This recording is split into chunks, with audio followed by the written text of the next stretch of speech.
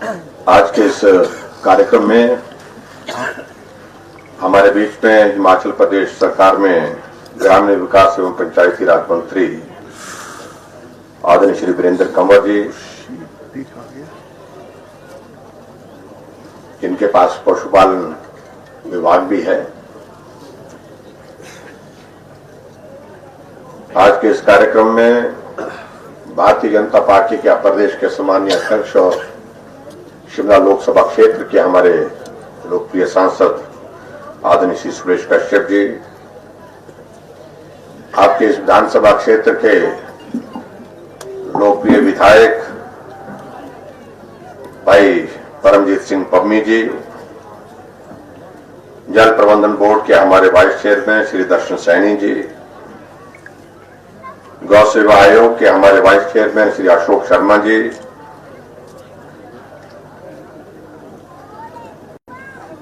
जोगेंद्रा cooperative bank के chairman Shri Yogesh Bhartia जी,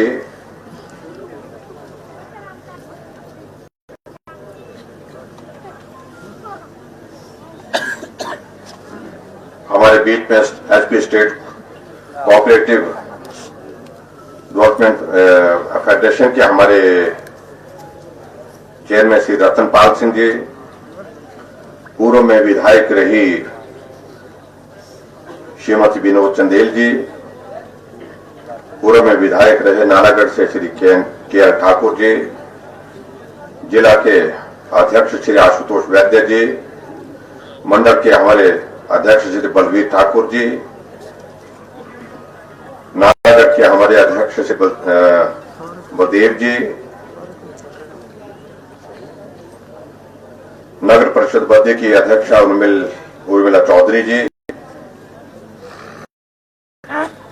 अध्यक्षा नगर परिषद Nalagarh Shrimati Reena ji, deputy commissioner Solan, SP Baddi,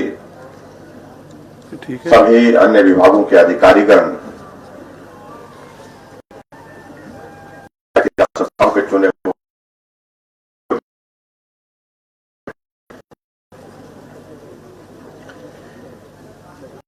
आज काफी अर्थ में आना हुआ है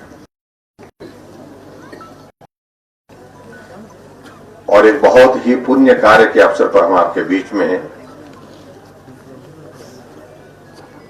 हिमाचल प्रदेश में जब भारतीय जनता पार्टी की सरकार बनी थी तो सरकार बनने के बाद हमारी पहली कैबिनेट के कुछ निर्णय थे, क्योंकि हमारे हिमाचल प्रदेश में कुछ परंपराएं पिछले कुछ अरसे से स्थापित थी। जब नई सरकार बनती थी, कुछ निर्णयों की घोषणा करती थी, हम ये बदल देंगे, ये इन स्कीमों को पूर्व सरकार की जो चली हुई है इनको रद्द कर देंगे, और कुछ आगे बढ़कर के इससे और भी काम होते थे जहां एक दूसरे के खिलाफ कार्रवाई करने की दृष्टि से भी बातें होती थी।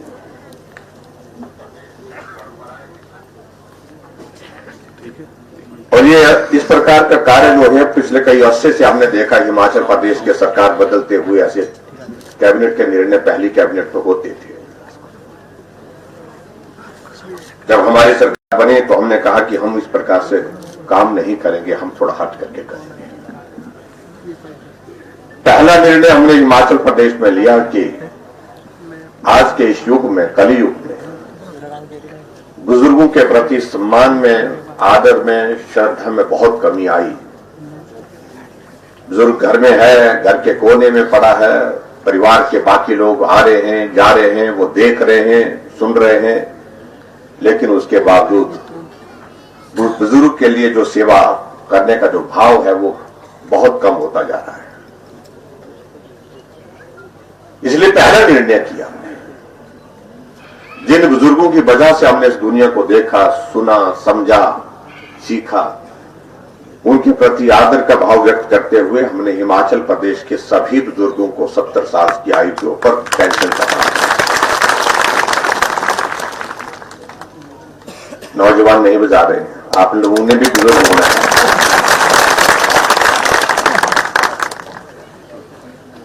ये जिंदगी का एक पड़ाव, ऐसा पड़ाव है जिस पड़ाव में से हर व्यक्ति को गुजरना है जो दुनिया में आए।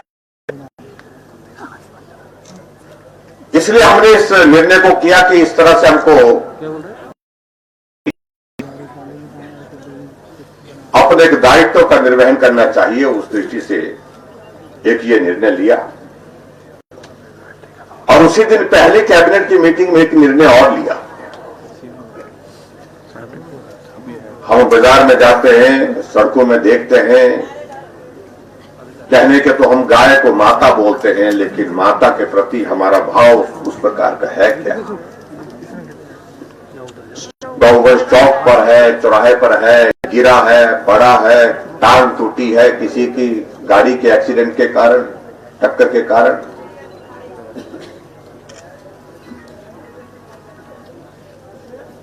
जब चारा नहीं मिलता तो वही गौवंश जाकर के लोगों के खेतों में नुकसान पहुंचाता है, तो लोग हमको कंप्लेंट करके लिख करके देते हैं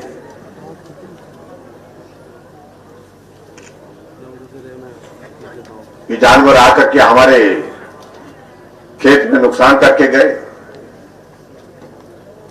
और कहीं तो लिख करके देते हैं कि आवारा जानवर।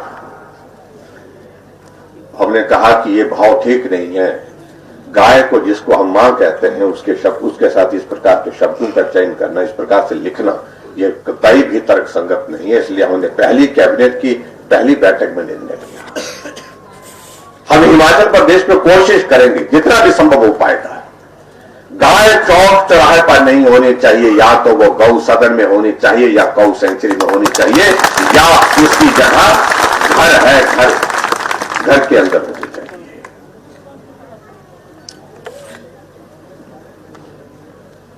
हमने काम की शुरुआत की और मुझे इस बात की प्रसन्नता है कि हम उसमें आगे बढ़े। बुजुर्गों के प्रति सम्मान, बुजुर्गों के प्रति आदर का भाव, और जिस गाय को हम मां बोलते हैं उस वंश के प्रति आदर का भाव। और आज मैं बधाई देना चाहता हूं माननीय मंत्री श्री वीरेंद्र कंवर जी को। लगभग 1 साल पहले हम यहां पर आए थे परमजीत पम्मी जी के कहने पर, और उन्होंने कहा कि इस इलाके में बहुत सारी गाय ऐसी है जो सड़कों पर होती है, बहुत आवश्यक है, गौ सेंचुरी होना बहुत जरूरी है। हमने उस वक्त इसका शिलान्यास किया था और आज मुझे इस बात की खुशी है कि आज हमको उसको उद्घाटन करने का अवसर प्राप्त हुआ। एक और सुनने का कार्य हमारे हाथों से, इस बात का मुझे संतोष है। और हमने ये भी लिया, पहले बजट में हमने एक निर्णय किया, और वो निर्णय ये किया हमने हिमाचल प्रदेश में, जो जब अधिकारियों ने कहा कि इसके लिए पैसे का प्रावधान कहां से होगा, हमने कहा पैसे का प्रावधान करने के लिए कोई रास्ता ढूंढा। हम हर पंचायत में शराब का ठेका बोलते हैं, इस पर तो नौजवान थोड़ा चुप बैठे हैं, शर्मा रहे हैं, नीचे बैठे हैं। वो आपके लिए नहीं, वो सभी करते हैं, सेवन करने के लिए तो सभी करते हैं। लेकिन हमने तय किया कि इसमें से भी वो पूजा का भाव, श्रद्धा का भाव आना चाहिए। इसलिए शराब की एक बोतल पर हमने टैक्स लगाया 2 रुपए, और वो 2 रुपए गाय की सेवा के लिए हमने समर्पित किया।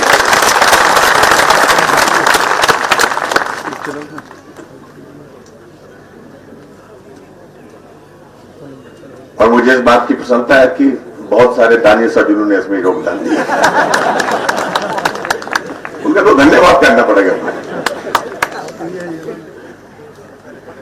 और कई लोग तो हमको कहने लगे कि आप हमको ये मत बोलिए कि शराब मत पीजिए, हम बहुत पुण्य का काम कर रहे हैं, क्योंकि 2 रुपए इस बोतल में से जा रहा है गौ सदन के लिए, सेवा के लिए जा रहा है, सेवा के काम के लिए जा रहा है। हमने कहा भाव रहना चाहिए, आपका मन का भाव ये है तो हमें कोई आपत्ति नहीं। और आज मुझे इस बात की भी प्रसन्नता है कि सोलन जिला में जो माननीय मंत्री जी बता रहे थे कि लगभग 200 के लगभग जो गाय जो है अभी तक सड़कों में इधर उधर जो जहां गौवंश जो है वो अभी तक भी सड़कों पर है, लेकिन ज्यादातर जो है लगभग उसमें जो है हमने यहां पर पहुंचा दिया। 628 तो जो हमारे 628 प्लस 500 के लगभग तो ये लगभग 1100 1150 के करीब जो है दोनों मिलाकर के, चाहे वो गाय है चाहे वो गाय वंश है, उनको यहां पर गौ सेंचुरी में पहुंचाने के लिए हमने काम किया। स्वाभाविक रूप से बहुत सारे लोगों को इससे राहत भी होगी। बहुत जगह हमने देखा कि गाय सड़क पर चल रही है और सड़क पर चलते चलते सामने से गाड़ी आई, टक्कर लग गई, गाय को भी चोट पहुंची और गाड़ी वाले को भी चोट पहुंची। और कई जगह तो यह भी स्थिति हुई कि गाड़ी वाला जो है वो एक्सीडेंट में रहा नहीं। इससे दोनों चीजों का ये हो गया, गाय भी सुरक्षित और सड़क पर चलने वाला गाड़ी वाला भी सुरक्षित। ये एक दूसरी दिशा में चल।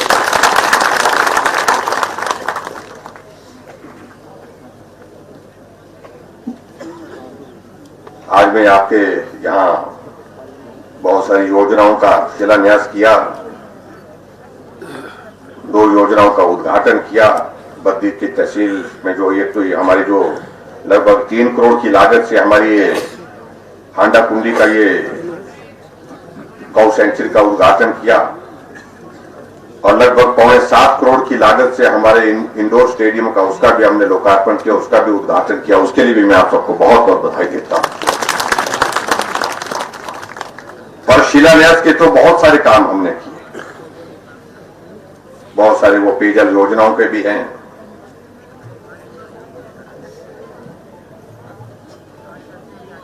सामुदायिक स्वास्थ्य केंद्र रोटीवाला के लिए 2 करोड़ की लागत से शिलान्यास किया गया। उन सारी तफसील को, उन सारी डिटेल को मैं छोड़ देता हूं, लेकिन कुल मिलाकर के उद्घाटन और शिलान्यास के कार्यक्रम आज के दिन एक ही जगह जहां हम इस कार्यक्रम को करने के लिए यहां पर पहुंचे, 29 करोड़ रुपए आपके इस विधानसभा क्षेत्र में उद्घाटन और शिलान्यास के कार्यक्रम। उसके लिए मैं आप सबको बधाई देता हूं और पम्मी जी को बधाई देता हूं, क्योंकि हमारे पास पम्मी तो एक ही है। मैंने दिशूरा ने इनको परमजीत बोलते हुए, परमजीत सिंह बोलते, बहुत कम बोलते हैं, पम्मी बोलते हैं। सिंह इज किंग भी बोलते हैं। सिंह इज किंग, सिंह तो एक ही है, तो सिंह इज किंग। हमेशा अपने क्षेत्र के समस्याओं के लिए विधानसभा के अंदर बोलते रहते हैं। कई बार ये सिंह हमारे सामने आ जाते हैं, ये रह गया जी, वो रह गया, यहां रह गया, वहां रह गया। स्वाभाविक एक चुने वो प्रतिनिधि के नाते अपने क्षेत्र के लोगों की सेवा करने के लिए जो भाव होना चाहिए, वो आपके चुने हुए विधायक में हमने हमेशा देखा है।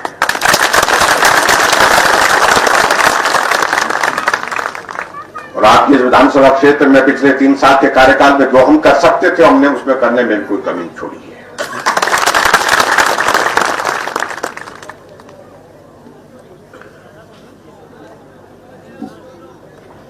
आप सबके सहयोग से हिमाचल प्रदेश में हमारी सरकार का 3 वर्ष का कार्यकाल पूरा हुआ और मैं आप सबका हृदय से आभार व्यक्त करता हूं कि इस कार्यकाल में आप सबका बहुत बड़ा सहयोग मिला है, बहुत बड़ा सहयोग मिला आप सबका। इसके लिए आप सबको धन्यवाद। परीक्षाओं के दौर एक के बाद एक आते रहे, लेकिन उस दौर को पार करते रहे, क्योंकि आप लोगों का समर्थन और सहयोग उसमें हमारे साथ था। लोकसभा का चुनाव हुआ, कहा कि बहुत कठिन है। यहां सुरेश कश्यप जी आपके सांसद बैठे हैं, जितने अंतर से ये जीते हैं, इतने अंतर से कोई भी इस सीट से नहीं जीता आज से पहले। लगभग 3,30,000 वोटों से जीते। बड़े बड़े नेता चुनाव लड़े, लेकिन 3,30,000 से कोई नहीं जीता। जब हिमाचल प्रदेश के लोकसभा के चुनाव थे तो कई बार हमसे कई पूछते थे कि क्या होगा, हमने कहा अच्छा होगा। पत्रकार बहुत ज्यादा इस बात को कहते थे कि बड़ा मुश्किल है, मुश्किल है। पिछली बार तो 4 जीते थे, तो मैंने कहा भाई 5 तो होंगी नहीं, सीटें ही 4 हैं तो 5 तो मैं कर नहीं सकता। लेकिन मैंने एक बात जरूर कही थी कि अगर 5 सीटें हम नहीं कर सकते हैं, जब सीटें ही 4 हैं, 4 तो जीतेंगे, लेकिन हट करके एक काम जरूर करेंगे कि ये जीत ऐतिहासिक जीत होगी जो लंबे समय तक हिमाचल के इतिहास में वो की वो आप लोग हम 3,30,000 से शिमला जीते, 4 लाख से हमीरपुर जीते, 4,05,000 से मंडी जीते, 4,80,000 से कांगड़ा जीते।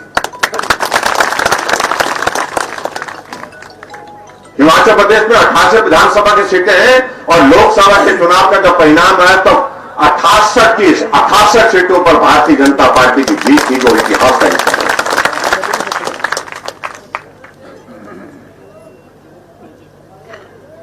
कुछ दिन तो कांग्रेस इस सदमे में बोलने लगा कि ये मशीन गलत थी बोलते हैं।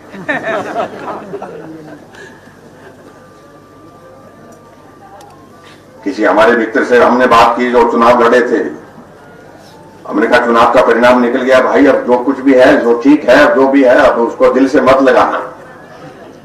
कांग्रेस का कोई कैंडिडेट थे जो चुनाव लड़े थे लोकसभा का, वो तो भाई बाकी तो ठीक है लेकिन गड़बड़ जरूर है। मैंने कहा क्या गड़बड़? बोलते ये हो ही नहीं सकता है, देखना अपने बहुत देखना कुछ दिनों बाद कुछ ना कुछ निकलेगा। हमने कहा क्या निकला? वो तो मशीन में कुछ गड़बड़ था।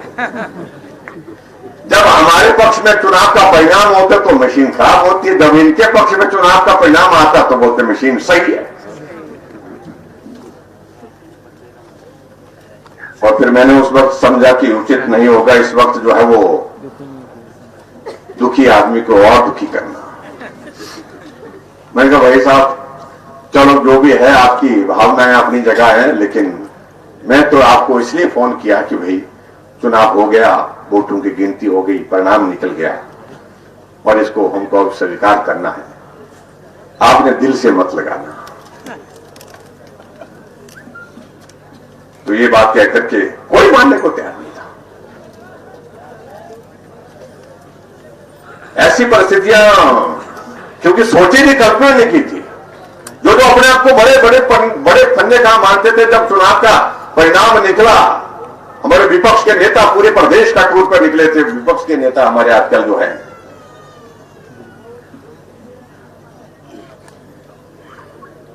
और जब अपनी विधानसभा क्षेत्र में उनकी वोटों की गिनती हुई तो 16,000 वोटों से बड़ी पर चुनाव आ गए। जनता के भी ले लो। ऐतिहासिक जीत हुई, हम उस परीक्षा में सफल हुए। आगे दौर आए जब उपचुनाव की बात आई कि भाई धर्मशाला और पच्छाद में ये श्रीमान जी, ये सुरेश कश्यप जी हम बैठे, ये तो बड़ा आदमी बन गया, ये तो सांसद चले गए, हमारे लिए काम छोड़ दिया। ये तो सांसद बन के दिल्ली चले गए पार्लियामेंट, और यहां हमारी विधानसभा की सीट खाली हो गई। किशन कपूर जी दिल्ली चले गए, धर्मशाला की सीट खाली हो गई। दोनों सीटों पर उपचुनाव हुआ तो कांग्रेस ने कहा कि आप बोलना, जयराम को बोलता है अब बोलना, पूछना जरा कहां गया तेरा मोदी, बोलते ऐसे बोलते थे, भाषण में बोलते थे कि भाई अभी लोकसभा के चुनाव में तो मोदी जी के नाम पर वोट लिया, अब क्या होगा। हम दोनों सीटों पर चुनाव लड़े, दोनों सीटों पर जमानत। एक सीट पर तो कांग्रेस जो है वो तीसरे नंबर पर गई धर्मशाला में, दोनों सीटों पर जीते। कुछ दिन तक शांति रही। शांति इसलिए रही कि लगातार हार गई, 2 बार जो चुनाव में बड़ी मार लगी तो उसके कारण वो सदमे में थे। उसके बाद बीच में ये कोविड का दौर आ गया, फिर इसमें शोर करने लगे। जैसे कि कोविड का जो वायरस जयराम ने जो है लेबोरेटरी में बना करके तैयार किया है।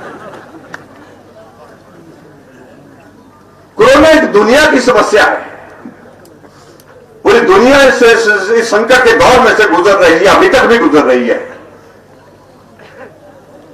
कहने लगे कि लोग संकट में फंसे हुए, उनको लाओ, उनको लाना चाहिए, वो बच्चे हमारे गए हैं पढ़ने के लिए, उनको आना चाहिए, लाना चाहिए। हमने कहा ठीक है, हम उनका इंतजाम कर रहे हैं। जब उन बच्चों को लेकर के आए तो कहने लगे कि मुख्यमंत्री हिमाचल प्रदेश में कोरोना फैलाना चाहते हैं। मानवीय दृष्टिकोण में खत्म हो गया।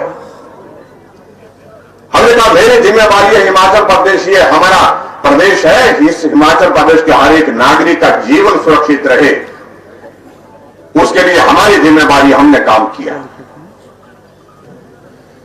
हमने यहां से 50 बसें जाकर के राजस्थान के कोटा में पहुंचाई, जहां बच्चे हमारे पढ़ने के लिए गए थे, कोचिंग के लिए गए थे, और बच्चों को जो है गाड़ी में डाल करके उनके घर तक छोड़ करके आए हम। और वो छोड़ डाल कि मत लाओ, कोरोना फैल जाएगा। अगर आपके ही बच्चे होते तो क्या करते? बच्चे बैंगलोर पढ़ने के लिए गए थे, पुणे पढ़ने के लिए गए थे, मुंबई गए थे, दिल्ली गए थे। हिमाचल के 5,000 के लगभग हमारे नौजवान गोवा में रेस्टोरेंट और होटल में काम करने के लिए गए थे। 4 स्पेशल ट्रेनें लगाई, गोवा से बच्चों को ट्रेन में ला करके उन्ना पहुंचाया, उन्ना से जाकर के उनको बसों में कर देते। 2.5 लाख लोग हिमाचल प्रदेश के जो बाहर संकट में फंसे थे, मुंबई में, दिल्ली में, गोवा में, कई जहां भी फंसे थे, अहमदाबाद में, उनको हिमाचल पहुंचाया। हाँ, इस बात को हमको स्वीकार करना होगा कि कठिनाई उस वक्त सबको हुई है, किसको नहीं हुई है। कठिनाई तो उस व्यक्ति को भी हुई जो लॉकडाउन के दौरान घर में, जिसको बैठना पड़ा, घर में बैठने की आदत नहीं थी। हमको भी हुई। हम नेताओं को तो आदत ही नहीं घर में बैठने की। लॉकडाउन हो गया तो कोई रास्ता नहीं, और इस वायरस से बचने के लिए एकमात्र रास्ता यही था कि घर में बैठो, बाहर मत जाओ, भीड़ में मत जाओ, मास्क पहनो, सैनिटाइजर का इस्तेमाल करो, सोशल डिस्टेंसिंग मेंटेन करो, यही था। और ऐसे संकट में हमने हिमाचल प्रदेश में संभालने की कोशिश की।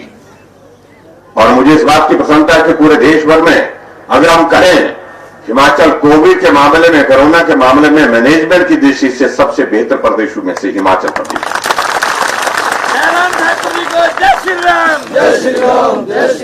बीच में मामले बढ़ गए थोड़े से नवंबर और दिसंबर के महीने में, तो फिर शुरू हो गए, बोलना शुरू हो गए। उस वक्त शादियों का सीजन था, लोगों ने कहा कि भाई शादी तो करनी है। हमने लोगों को समझाने की कोशिश की, हमने कहा शादी करो लेकिन धाम मत करो। धाम जानते ना आप क्या बोलते हैं? आप तो धाम होती है ना, तो जहां लोगों को बुलाते थे। हमने कहा धाम बाद में कर लेना भाई, जब कोरोना खत्म हो जाएगा। लेकिन लोग हटे नहीं, माने नहीं। शादियां की, बड़ी शादियां की, 100, 150, एक शादी से निकलने लगे पॉजिटिव। आखिरकार हमको मजबूर होकर के सख्त निर्णय पर करना पड़ा कि शादी करनी तो 50 से ज्यादा आदमी नहीं होंगे भाई। अच्छा मानो चाहे बुरा मानो। तब जाकर के बहुत मुश्किल से कंट्रोल किया। बहुत सारे लोगों की जान भी गई, 950 से ज्यादा लोगों की जान चले गई। उसका हमको दुख भी है। लेकिन ये सारा संकट इस प्रकार का था, इसका समाधान कोई था नहीं। ये तो हम और आप लोग इस बात को शुक्र माने कि इतने बड़े संकट के दौरान इस भारत को एक मजबूत नेतृत्व नरेंद्र भाई मोदी जी के रूप में मिला, जिन्होंने ईमानदारी से लोगों के बीच में खड़े होकर के कहा, हिम्मत रखिए, हिम्मत मत हारिए, सिर्फ सावधानी रखिए। ये कोरोना को हम जो है समाप्त करके ही छोड़ेंगे। उसके लिए आप सबके सहयोग की आवश्यकता है कि लॉकडाउन के दौरान जो है बाहर मत जाइए, मास्क पहनिए, सोशल डिस्टेंसिंग करिए, यही उन्होंने कहा। और मैं आप सबका भी आभार व्यक्त करता हूं, आप सबने भी उसमें सहयोग किया। अगर आप कल्पना करिए, अगर कहीं इस वक्त इस संकट के क्षण में देश को कोई कमजोर नेतृत्व मिला होता तो संकट बहुत बड़ा होता, बहुत बड़ा संकट होता।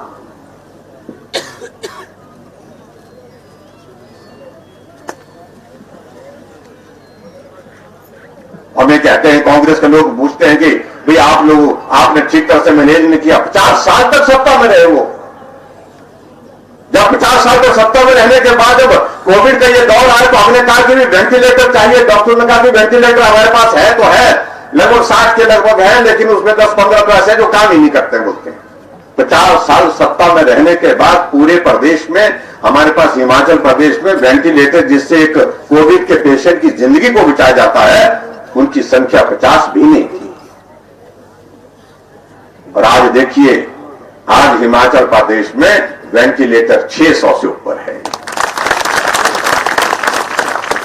500 वेंटिलेटर आदरणीय प्रधानमंत्री ने सीधे दिए।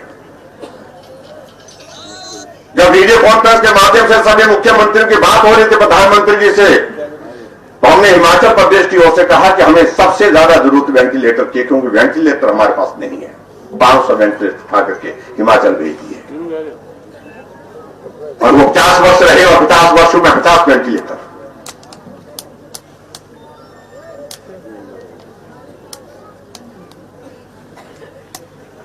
और इसलिए मैं आपके बीच में कह रहा हूं कि हमारा यह सौभाग्य है कि इतने बड़े संकट के दौरान देश को जो मजबूत नेतृत्व किया नरेंद्र भाई मोदी जी के रूप में, उन्होंने भारत के साइंटिस्ट को कहा कि इसका इलाज सिर्फ वैक्सीन है और वैक्सीन अपने भारत में निर्मित होनी चाहिए।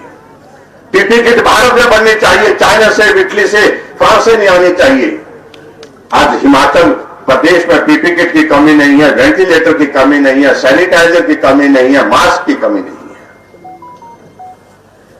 जब हम डॉक्टर को कहने लगे कि मरीज का इलाज ठीक तरह से हो, वो तो बोल रहे लगे कि भी हम इलाज करने के लिए तैयार हैं, लेकिन उसके बावजूद हमको पीपी किट नहीं है।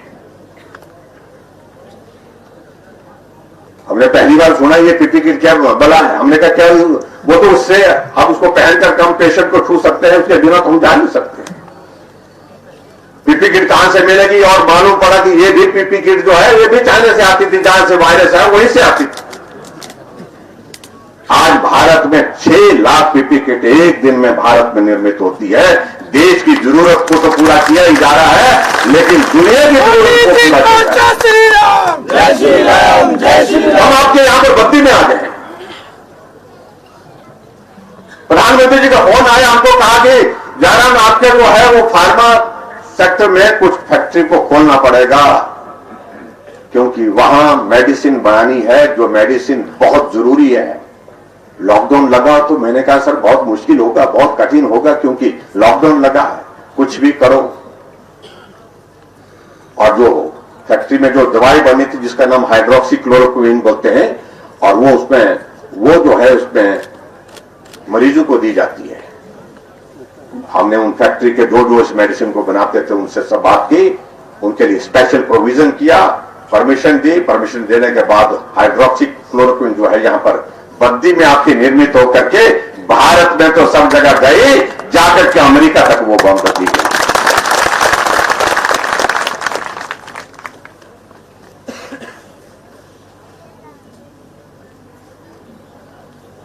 इसलिए मैं कह रहा हूं कि हमने जो सेवा कर सकते थे, जो काम कर सकते थे, वो हमने करने की कोशिश की। और जो कांग्रेस ने किया, कांग्रेस ने क्या किया, फर्जी बिल बनाया, पार्टी हाईकमान को लिखा, हमने इतने सैनिटाइजर बांटे लोगों के बीच में, इतना हमने राशन बांटा, इतने हमने पीपी किट बांटे और बिल बना करके दे दिया। 12 करोड़ रुपए का बिल बना करके पार्टी हाईकमान को कहा कि ये पैसे आप हमारे खाते में जमा कर दो, क्योंकि हमने हिमाचल प्रदेश में कोविड के दौरान जो है इतने पैसे का सामान बांटा है। 12 करोड़ अभी तक सरकार ने खर्च नहीं किए थे, जिन्होंने 2.5 लाख लोगों को दूसरे प्रदेशों से घर तक पहुंचाया। उन लोगों को क्वारंटाइन किया। यहां पर आपके नालागढ़ में क्वारंटाइन सेंटर बना था, मंडी में बना था, कुल्लू में बना था, कांगड़ा में बना था, हजारों की संख्या में, लाखों की संख्या में।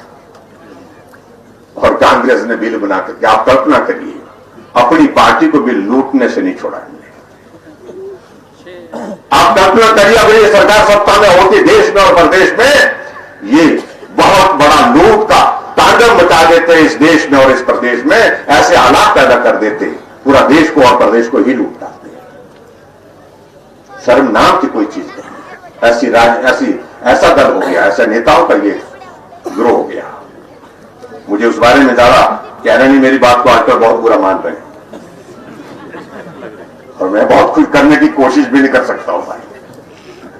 आप कल्पना करिए क्या हो गया इस पार्टी को। हिमाचल प्रदेश में बजट सत्र का हमारा पहला दिन था, राज्यपाल महोदय जी वहां पर अभिभाषण के लिए आए और अभिभाषण देने के बीच में कांग्रेस के नेताओं ने शोर डालना शुरू कर दिया। उन्होंने कहा कि अभिभाषण मैं समाप्त करता हूं, और उसके बाद जब राजभवन के लिए जाने लगे तो राज्यपाल महोदय का रास्ता रोक करके खड़े हो गए।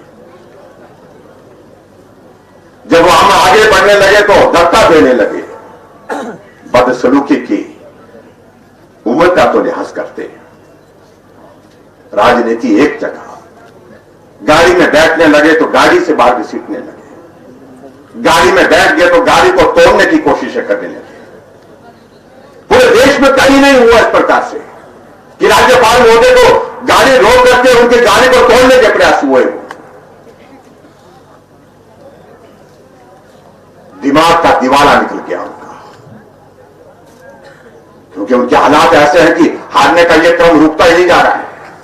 मैंने कहा कि लोकसभा के चुनाव में हारे, उसके बाद उपचुनाव में हारे, पंचायत के चुनाव में सुपड़ा साथ हो गया,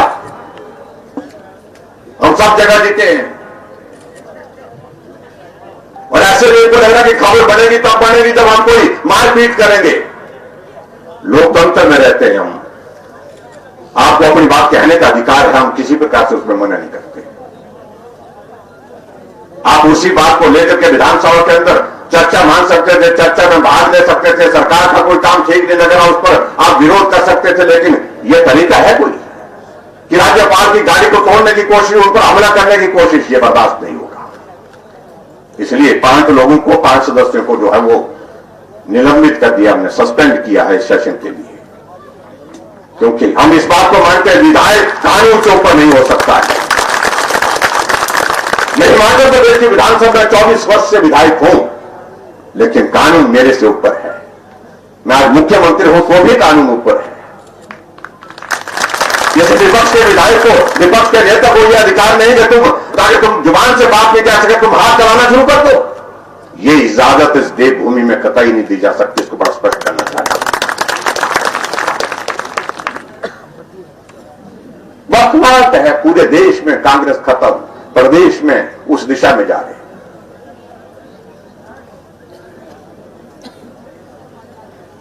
इसलिए बहुत सारी चीजों को लेकर के बहुत बातें कही जा सकती हैं, लेकिन मैं आपके बीच में ज्यादा वक्त नहीं लूंगा। आप सबकी सेवा करते हुए 3 वर्ष का कार्यकाल पूरा हुआ। हमने जनमंच जो है लोगों की समस्या के समाधान मौके पर हो सके उसके लिए एक प्रावधान किया। उस जनमंच में लोग जाकर के उनकी समस्याओं का समाधान होगा। जनमंच से कोई समस्या बचती तो हमने उसके लिए समाधान यह किया कि आप 1100 पर फोन करो, घर बैठे कहो कि पानी की शिकायत है, बिजली की शिकायत है, कर्मचारी अधिकारी आपके समस्या का समाधान घर बैठे करेंगे। पहली बार हिमाचल प्रदेश में हुआ। गरीब आदमी के इलाज के लिए हिमकेयर की शुरुआत हिमाचल प्रदेश में की, और हिमाचल प्रदेश में गरीब आदमी का इलाज मुफ्त में हो, ये पूर्व में सरकारें रही वो कभी सोच नहीं सकी। आगे मर करके मरने के कगार पर होता था, और पैसे इलाज के लिए नहीं होते थे। परिवार के लोग उस मरीज को घर ले जाते थे और दुनिया छोड़ करके चला जाता था, क्योंकि इलाज आधा अधूरा छोड़ करके आए। आधा अधूरा इसलिए छोड़ करके आए कि आगे इलाज करने के लिए पैसे नहीं थे। हमने कहा ये जिम्मेवारी हम लेते हैं। हमने हिमकेयर की शुरुआत की हिमाचल प्रदेश में, और 5 लाख रुपए तक के हेल्थ कवर हिमाचल के हर नागरिक को दिया हमने। स्वास्थ्य से ऊपर कोई चीज हो ही नहीं सकती है। काम होते रहेंगे, अगर आदमी स्वस्थ रहेगा। और उसके अलावा और लोग जो हमारे ऐसे गरीब जो कई एक्सीडेंट का शिकार हो गया, पैरालिसिस हो गया, ब्रेन स्ट्रोक हो गया, कैंसर हो गया, किडनी फेल हो गई, जिंदा है, बिस्तर पर पड़े हैं, उनके पास उनके एक परिवार के किसी सदस्य को मदद करने के लिए हमेशा खड़ा रहना पड़ता, बैठे रहना पड़ता है, क्योंकि वो बाथरूम तक भी टॉयलेट करना हो तो भी वो अकेले नहीं जा सकते, क्योंकि वो चल नहीं सकते। हमने कहा ऐसे लोगों की मदद करनी चाहिए। हमने एक नई योजना हिमाचल प्रदेश में सहारा योजना की शुरुआत की। ऐसे जितने भी लोग हैं, जिंदा है, बिस्तर पर पड़े हैं, चल नहीं सकते हैं, परिवार का कोई सदस्य हर बार लगातार उनके पास बैठकर उनकी सेवा के लिए उपस्थित रहना चाहिए। उनके खाते में हम जो है उस मरीज के खाते में 3000 रुपए हर महीने के उनकी सेवा के लिए हम डाल रहे हैं, उनकी मदद के लिए। लंबे समय तक सत्ता रही कांग्रेस की, लेकिन कभी सोचे ऐसा गरीब ऐसा कोई आदमी होगा जो लाचार है, बेबस है, जिंदा है, चल नहीं सकता है, उसकी मदद करनी चाहिए? नहीं सोचा। उनको तो कुर्सी अपनी, मैं ठीक हूं, मेरी कुर्सी ठीक है, मैं ठीक रहना चाहिए, मेरी कुर्सी ठीक रहनी चाहिए, यही था। इससे ज्यादा आगे तो सोचने का विषय था। इसलिए बहुत अंतर है काम के तरीके से, काम के हिसाब से। मैं आज भी इस बात को मानता हूं कि बहुत सारे काम ऐसे हैं जो होने को है, बहुत सारे काम हमने किए हैं, और काम तो कभी जिंदगी में खत्म होते हैं, घर के काम कभी खत्म होते हैं क्या? आज एक काम होता है, कल को दूसरा काम, परसों तीसरा काम। लेकिन अपने ओर से प्रयत्न ईमानदारी से उस दिशा में होना चाहिए। आज मुझे इस बात की खुशी है कि 3 साल का हमारी सरकार का कार्यकाल बीता है। कोई उंगली उठाकर नहीं कह सकता है, कोई उंगली उठा करके नहीं कह सकता है कि सरकार के ऊपर ये आरोप है। राजनीतिक दृष्टि से कहते होंगे, जिनने विरोध करना उनने कहना है, नहीं तो आमतौर पर यह होता था 6 महीने बीतते थे मुश्किल से, 6 महीने के बाद कोई न कोई बखेड़ा खड़ा हो जाता था नेता के खिलाफ, सरकार के खिलाफ। 3 वर्ष का कार्यकाल बीत गया, कोई ठोस मुद्दा नहीं, कोई बड़ा मुद्दा नहीं है। मुद्दा क्या उठाते हैं? आजकल कोविड का उठा रहे हैं। कल हमें देख रहा था कि लापरवाही के कारण, हिमाचल सरकार की लापरवाही के कारण कोविड के मामलों में बढ़ोतरी हो रही है। पूरे देश में कुछ जगह मामलों में बढ़ोतरी हुई, पिछले 2-4 दिनों से हमारे भी 8-10 मामलों में बढ़ोतरी हुई है। सावधान रहने की जरूरत है। वैक्सीन आ गई है और उम्मीद करता हूं वैक्सीन से सारी चीजों का समाधान होगा, लेकिन जब तक वैक्सीन का काम पूरा नहीं होता तब तक के लिए तो सावधान रहना ही पड़ेगा। इसलिए बहुत सारे मसलों पर जो है वो हमारे विरोध के लोग बोलते रहते हैं, उनकी बात कहना है, वो कहते रहेंगे, उस पर मुझे बहुत ज्यादा नहीं कहना है। मैं आप सबका धन्यवाद करता हूं कि आप लोगों ने हमारे लिए हमेशा सहयोग दिया है, सहयोग को कायम रखिए। निश्चित रूप से आने वाले समय में आदरणीय मोदी जी के नेतृत्व में जहां देश आगे बढ़ेगा, स्वाभाविक रूप से हिमाचल प्रदेश को उस दिशा में आगे बढ़ेगा। आपके विधायक महोदय जी ने कुछ मसले उठाए यहां, और इनको मैंने कहा कि भाई कोरोना के कारण आजकल थोड़ी तंगी है। तंगी है कि नहीं है? सबको ही तंगी है ना। व्यवसाय वाले का, व्यापारी का व्यवसाय जो है, व्यापार जो है वो तबाह हुआ है। होटल वाले का होटल को नुकसान हुआ है। सिर्फ नुकसान नौकरी वालों को नहीं हुआ, उनको सैलरी, पेंशन जो भी मिल रहा है वो समय पर मिल रहा है। बाकी कारोबारी तो सारे प्रभावित हुए, हर आदमी प्रभावित हुआ है। लेकिन फिर भी उसके बावजूद भी मैं सबका धन्यवाद करना चाहता हूं, चाहे व्यापारी है, चाहे कारोबारी है, चाहे इंडस्ट्रियलिस्ट है, चाहे वो प्राइवेट अपना काम करता है, चाहे वो सरकारी कर्मचारी है। सब लोगों ने जो सहयोग इस वक्त कोविड के संकट के दौरान दे सकते थे, सब लोगों ने सहयोग दिया। इसलिए मैं उन सबका भी धन्यवाद करता हूं। अभी आजकल हमारा बजट सत्र चल रहा है, और जब बजट सत्र चल रहा होता तो उस वक्त जो है वो घोषणा करने का रिवाज होता नहीं है। लेकिन फिर भी 2-3 चीजों को लेकर के उन्होंने कहा है। एक तो आज हमने सीएससी की भवन का जो है हमने शिलान्यास किया है, 2 करोड़ की लागत से वो काम पूरा हो जाए। मैं सभी अधिकारियों को इस बात को कहूंगा कि जितने भी हमने शिलान्यास के कार्यक्रम किए हैं आज विभिन्न योजनाओं के, सुनिश्चित करें कि 1 साल, 1.25 साल, 1.5 साल की ज्यादा से ज्यादा 1.5 साल के अंदर जो है, 1 साल के अंदर लक्ष्य लेकर के चले। 1 साल के अंदर अंदर ये सारी योजनाएं उद्घाटन करने के लिए तैयार होनी चाहिए, ताकि 1 साल के बाद फिर कैसे मैं आपकी बार आया सेंचुरी के शिलान्यास के बाद 1 साल के बाद आए लगभग, तो आपकी सेंचुरी का उद्घाटन किया, और उसी तरह से बाकी योजनाओं का जो शिलान्यास आज किया है तो 1 साल के बाद वो उद्घाटन के लिए तैयार होनी चाहिए। तो समय ज्यादा व्यर्थ ना करें और कोविड से ना डरें, सावधानी बरतें। कोविड के कारण अब रुकना नहीं है, ये तय है, तो हमने भी तय कर दिया है। लेकिन सावधानी बरत करके हम आगे बढ़ेंगे। मैं 2-3 चीजों को लेकर के आपके बीच में जरूर कहना चाहूंगा।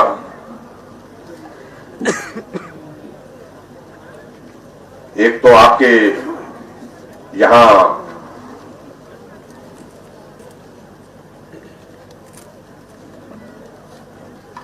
एक पीएससी बताई गई, जो पट्टा मलहोग जो है ना, पट्टा मलहोग जो है वो पीएससी है। यहाँ पर ओपीडी काफी ज्यादा है, रश काफी है, और उसके कारण नालागढ़ के सिविल हॉस्पिटल पर भी उसका इम्पैक्ट आता है। तो वहां पर ये होनी चाहिए, इसको अपग्रेड करना चाहिए।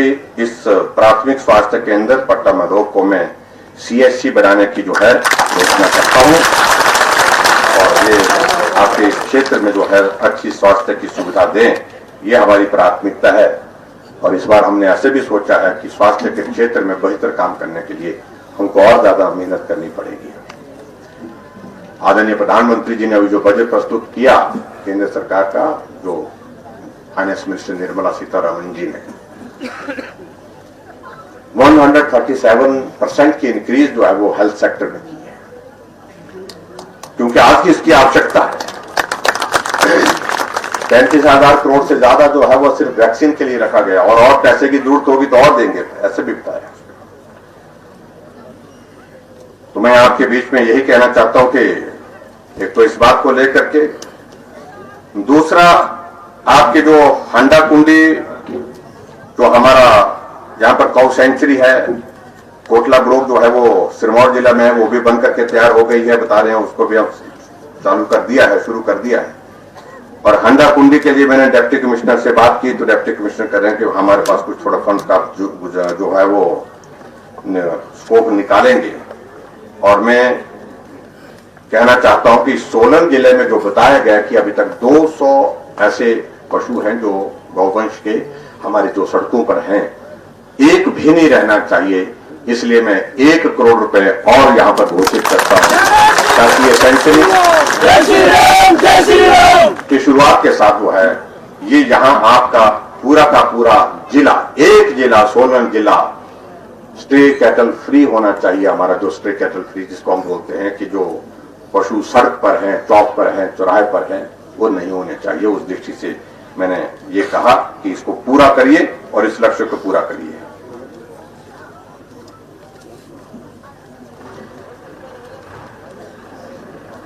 तो एक ही बोल रही थी ना,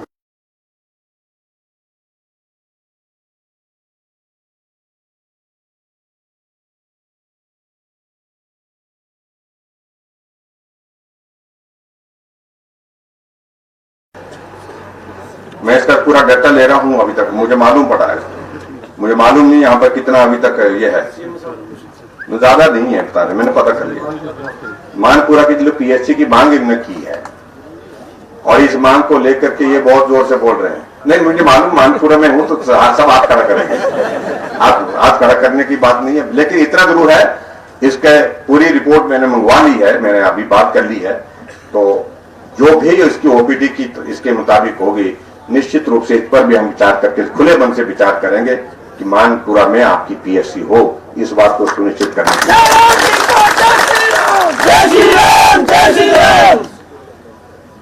अब आप रुक जाइए, मैं थोड़ा सा अपने हिसाब से यहाँ पढ़ लेता हूँ। बस अब हो गया, काफी हो गया, बाकी बातें बाद में कर लेंगे हम।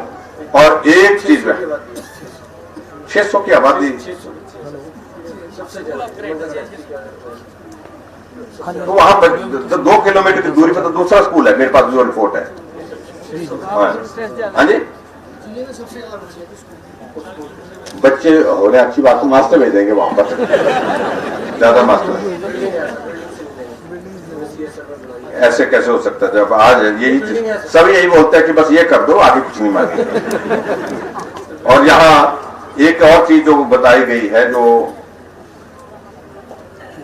PWD के सब डिवीजन कहा, हाँ जी, जहां मेरा वो कार्यक्रम रद्द हुआ था, बताया गया कि भाई यहाँ कंप्लीट जस्टिफिकेशन बनती है। PWD का जो हमारा सब डिवीजन जो है वो चंडी में खुलना चाहिए, वो इलाका थोड़ा कठिन है, कठिन इलाका है, गांव का इलाका है, जैसे इलाके से मैं हूं, आप तो शहर के इलाके से। तो चंडी में एक जो है वो PWD डिपार्टमेंट का सब डिवीजन खोलने की भी मैं घोषणा करता हूं, और ताकि आपको क्षेत्र में जहां जाना नहीं हुआ था वहां के लोगों की समस्या का समाधान हो। और बाकी जहां तो +2 की जो बात कही गई है यहाँ पर जो झाड़ माजरी की, इसकी भी मैं जो है वो रिपोर्ट लेकर के निश्चित रूप से, अगर बच्चे 600 सही मायने में हुए, 600 हुए, तो इसको भी अपग्रेड करके जो है इसको +2 कर देंगे। ये मैं आपको कहना चाहता हूँ।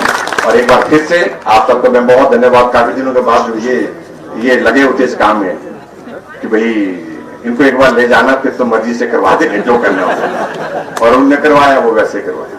मैं सीधा आदमी हूँ, गांव का आदमी हूँ, और इसलिए गांव का आदमी जो है, आप लोगों ने जो है, हाँ ठीक है। बहुत बहुत शुभकामनाएं आप सबको। क्षेत्र में विकास होना चाहिए। विधायक की भूमिका इसी प्रकार की होती है, और इस भूमिका को आप निभाते रहें, सहयोग देते रहें। और अंत में यही कहूंगा कि जीत का क्रम जो चला है, ये सतत चलना चाहिए, लगातार चलना चाहिए।